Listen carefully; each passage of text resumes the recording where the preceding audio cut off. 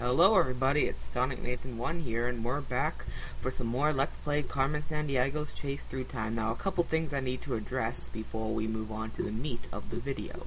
First things first, as you may have known, there's like a little black box beside my mouse.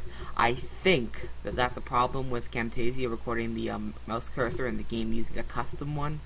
So unfortunately, since I can't find an option to disable my mouse in Camtasia, you're going to have to live with them. Sorry, I don't like it either. And secondly, I realized that in my previous video there was some really heavy static in my mic. So I've turned down my mic volume to see if I can reduce that static. I'm just going to turn the game volume down manually with the help of my video editor.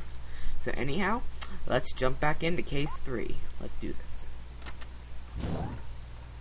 Yeah, restart. This will just ignore this. Your next stop in time is the 11th century. You'll land in Vinland. You know it as North America, but no one will call it that for another 500 years. Leif Erikson and his band of Vikings should have departed for Greenland by now, but they're going nowhere fast. Find out what's holding them up. I'm sending Rock Solid to be your good guide. Rock's an expert explorer, and in the wilderness of Vinland, that's just what you'll need. He's got your time cuffs and another Planopedia chapter. Good luck scouting, Time Scout!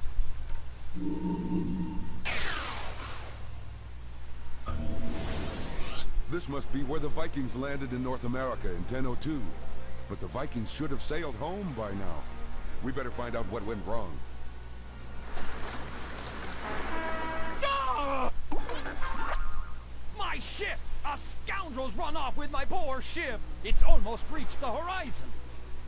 And here we go. This is case 3. We have to help Leif Erikson get his boat back. Now, this case is, bigger than the previous one. Most the previous cases I've had maybe 3 or 4 different screens. Nothing that big. But there's actually quite a bit to explore in this. And actually, well, I don't want to say it takes a while to figure out, but it's just definitely more expensive. Anyhow, let's talk to Leif. By Thor's hammer, my ship has been pilfered. I must summon my crew for a thing. Yes, let's summon them for a thing. What is this thing? We'll get into that later. Leif Erikson's the name. I'm an explorer like my father, Eric the Red. I've led my loyal crew here to Vinland. Leif Erikson was also known as Leif the Lucky, but Luckless might be a better name for him today. It is, landsman, it is. Another Greenlander, Bjarni Haraldsson, passed these shores but never landed. That was an honor he left for me. And now I must return to Greenland. Why, to spread tidings of my discovery to the Norse people. And after 8 long months here, even a mighty explorer can get homesick. A thieving rogue took our ship. Without it, we'll be marooned in Vinland forever. Alas, no. But I did catch a whiff of something vile in the air. When I was a kid, something like, vile and stuff like that, I never got. But, vile is the name of Carmen's, I don't know what it's really called, terrorist organization, whatever you want to call it, but anyway, they're under the name Vile. And I just now got that reference. I'll keep an eye on the ship, while you summon my crew for a thing. Okay, so that's basically what we need to do. For this case, the main point is we need to find the crew for a thing. A thing. I don't know, I still... Anyhow, let's ask what a thing is. I'm sure you're all probably wondering, what the frick is a thing? A thing is an assembly of Norsemen, gathered to make an important group decision. This democratic practice was brought from Iceland to Greenland by my father, Eric the Red. With a fleet of 25 ships, my father, Eric the Red, sailed from Iceland to settle Greenland in 985. Of course, everyone must contribute their opinion before a decision is reached. There'd always be doubt if we left someone out. Oh yeah, thing. No creative name, like you could have you could like, take a dictionary and find a random word. Anyhow, let's inspect shit.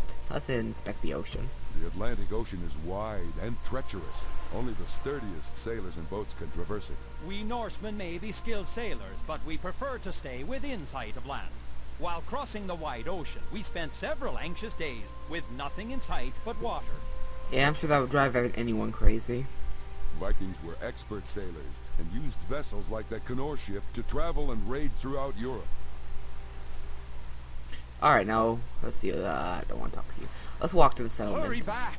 Yes, I will. Remember, just talk to me if you need any help, partner. And right off the bat, we got our first part of the note. Good eye. It's a scrap of Carmen's note to her thief.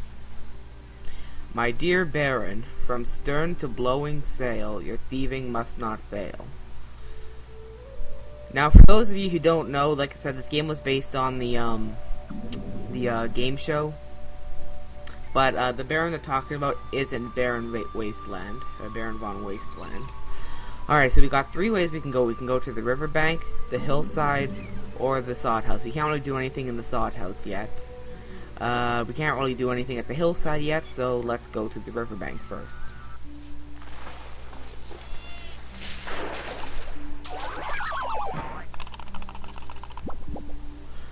Let's talk to this guy. Hello there. I'm Turker the Southerner. I grew up in a country south of the Norse homeland. I would ape for a grape and fell out of the tree. I couldn't help myself. The delicious grapes around here do not grow in chilly Greenland. Okay, I love grapes myself, but I wouldn't kill myself for them. Sorry, that water is cold. It's over my head, and I can't even tread. I believe I'll stay right here and wait for more palatable conditions. Yeah, sure. Just wait for God to get bored and just, yeah. Anyhow, we got a little bit of silver here. Those stones are really stepping out, aren't they? Oh, that was so bad.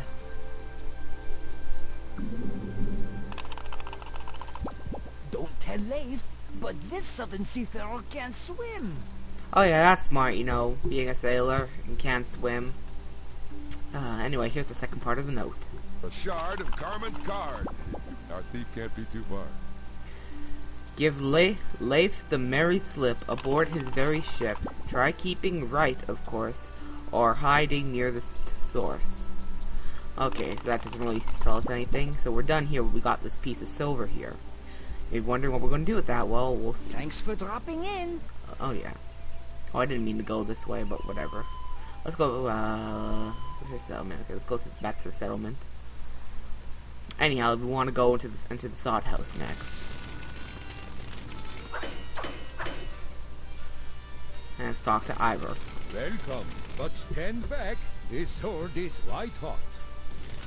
I'm Ivor the Blacksmith. I make tools, weapons, and armor for the Norse community. Iron mostly. For a blacksmith, iron is as good as gold.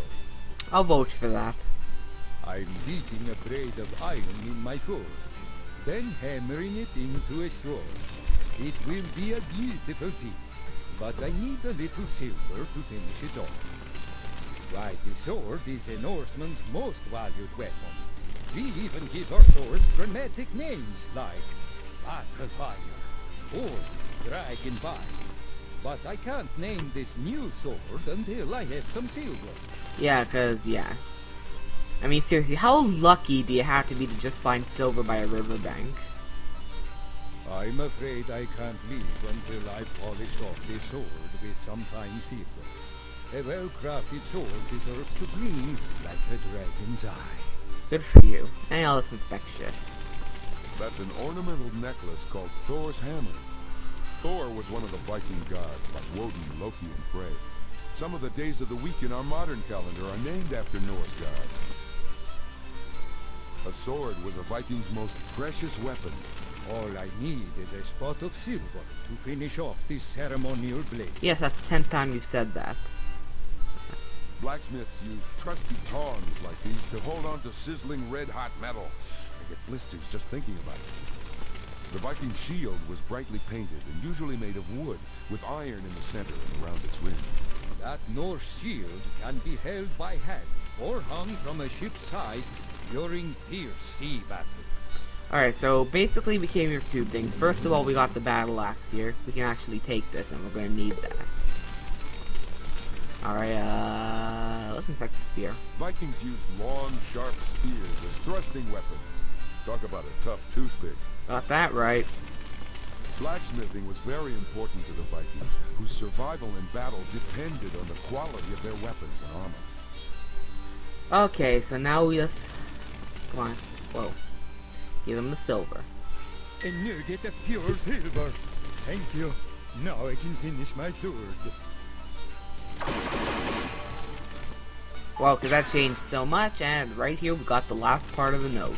That's the last piece of Carmen's note. Let's decode her tattered text. Onboard word for starboard. On the modern word for starboard. Okay.